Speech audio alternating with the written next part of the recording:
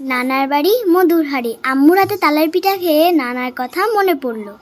আসসালামু আলাইকুম, আমি ফিনির মেয়ে লাবিবা তাবাসসুম। আজকে আবার চলে আসলাম নানার বাড়ি গল্প নিয়ে।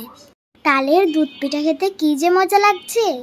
এখানে তালের রস 2 কাপ, চালের গুঁড়ি 2 কাপ দিয়ে দিলাম। আরও দিয়ে দিচ্ছি 1 কাপ চিনি, পরিমাণ মতো লবণ, বেকিং পাউডার 1 চা চামচ।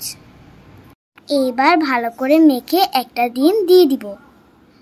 ডিমটা ভালো করে মেখে তালের পিঠার ডোটা তৈরি হয়ে গেল। নানা বাড়িতে সবাই যখন একসাথে বেড়াতে যেতাম, নানু এ পিঠা বানাতো।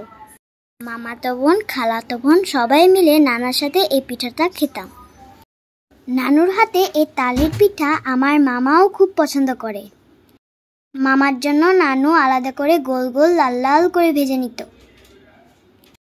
কি আর করার, আমার একটাই মামা, এই জন্য নানু বেশি আদর করে। সবাই মিলে নানা বাড়িতে একসাথে খুব মজা করতাম। পিঠাগুলো ভাজা হয়ে গেল।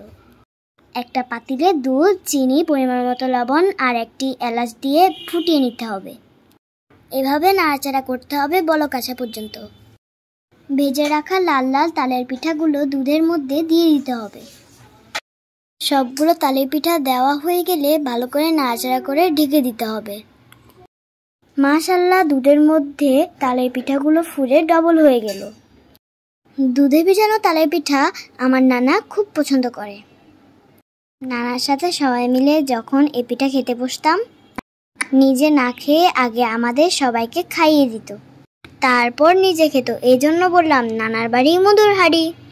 ভিডিও ভালো লাগলে লাইক ফলো দিয়ে পাশে থাকবেন। আল্লাহ হাফেজ।